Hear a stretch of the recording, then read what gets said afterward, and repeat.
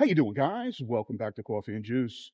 So now that Songkran has come and gone, let's talk about some of the potential dangers that I've seen and also stories that I'm getting from some of my inner circle. So stick around. I'm going to protect you. All right? So stay tuned. All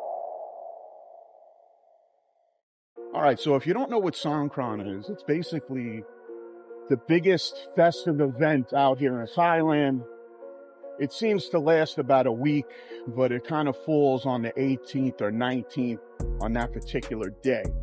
So now, what these people do, and obviously you should assimilate to people's cultures. If you're here, you should try to enjoy that, if that's what you're going to do. But there could be some potential hazards that I'm going to speak about. Now, it's a holiday that's like New Year's Eve for them, or the New Year. And what they do is that they haphazardly, I use that word for a reason, throw water on you and squirt you with water guns as you walk on the street, or if it's in that kind of party setting, you know, foam, etc. So now, sounds like a great time, but you know, I'm always here to bring it down a notch, and I'm trying to protect you. So what happens is, I happen to be walking down the street a couple of days before the alleged event. Now, where I come from, I'll kind of relate it to Halloween. Now, Halloween in New York is like Beirut in 1983. And if you're not familiar what goes on in Halloween in the U.S. or in the 5 boroughs of New York City, basically on the low end, you'll get pummeled with eggs and hit with shaving cream. Sometimes they even freeze the eggs to kind of up the ante of pain. So now, this guy can make a good luck. So now what happens there is that that's okay. But also, they walk around with paintball guns. They basically do drive-bys on you. And sometimes they also freeze the paintballs. So now, you have to, why I'm doing this is that I'm preparing you. That if you're not from this culture, someone's just going to walk up to you and they're going to throw a bucket of water on you and just laugh.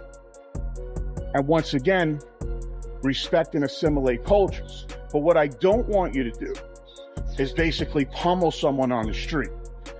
And also, with that being said, it's just, like I said, it's part of the culture. But now let's start to go into what I saw when I was walking down the street. So now, obviously, I don't know if people are not thinking, or I really don't know what it is. So there's some guy on a motorbike driving, looking straight as he should. And all of a sudden, he wasn't even tied. I don't know where he was from. He takes a large bucket of water and throws it at him while he's driving his motorbike. Now, once again, if we had to do life math, because that's what happens on this channel a lot, I try to connect the dots. What if this guy gets hit with the water, which obviously is a distractive projectile? He crashes and he dies. And most people don't wear helmets. So my thing is that if you want to splash people with water, I mean, I guess that's okay because it's the holiday or the event. But I mean, are you like mentally fill in the blanks? So that's one thing. So another thing that's happening, and a multitude of reports, is that if I took dirty water, right, and I threw it in your eyeball, what do you think is going to happen to your eyes? I have at least 3 or 4 accounts of people with eye infections that have lasted at least for a week or 2 weeks.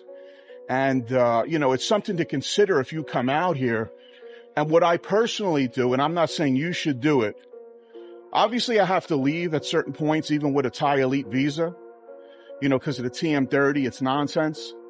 But sometimes I'll map around the Songkran event, because what happened to me, I'm walking down the street on a hunt for a new parlor. Sometimes I do parlor hunting. And some guy just like comes over to me and dumps water on my head. Now, obviously, if you've been following the channel, I'm an interesting individual, and I say I come from New York. So what am I going to do? Am I going to pick the guy up and body slam him? No, because It's the holiday. He don't know any better. And in certain regions, there's no such thing as Halloween where I come, where it's like you should just hide in the house.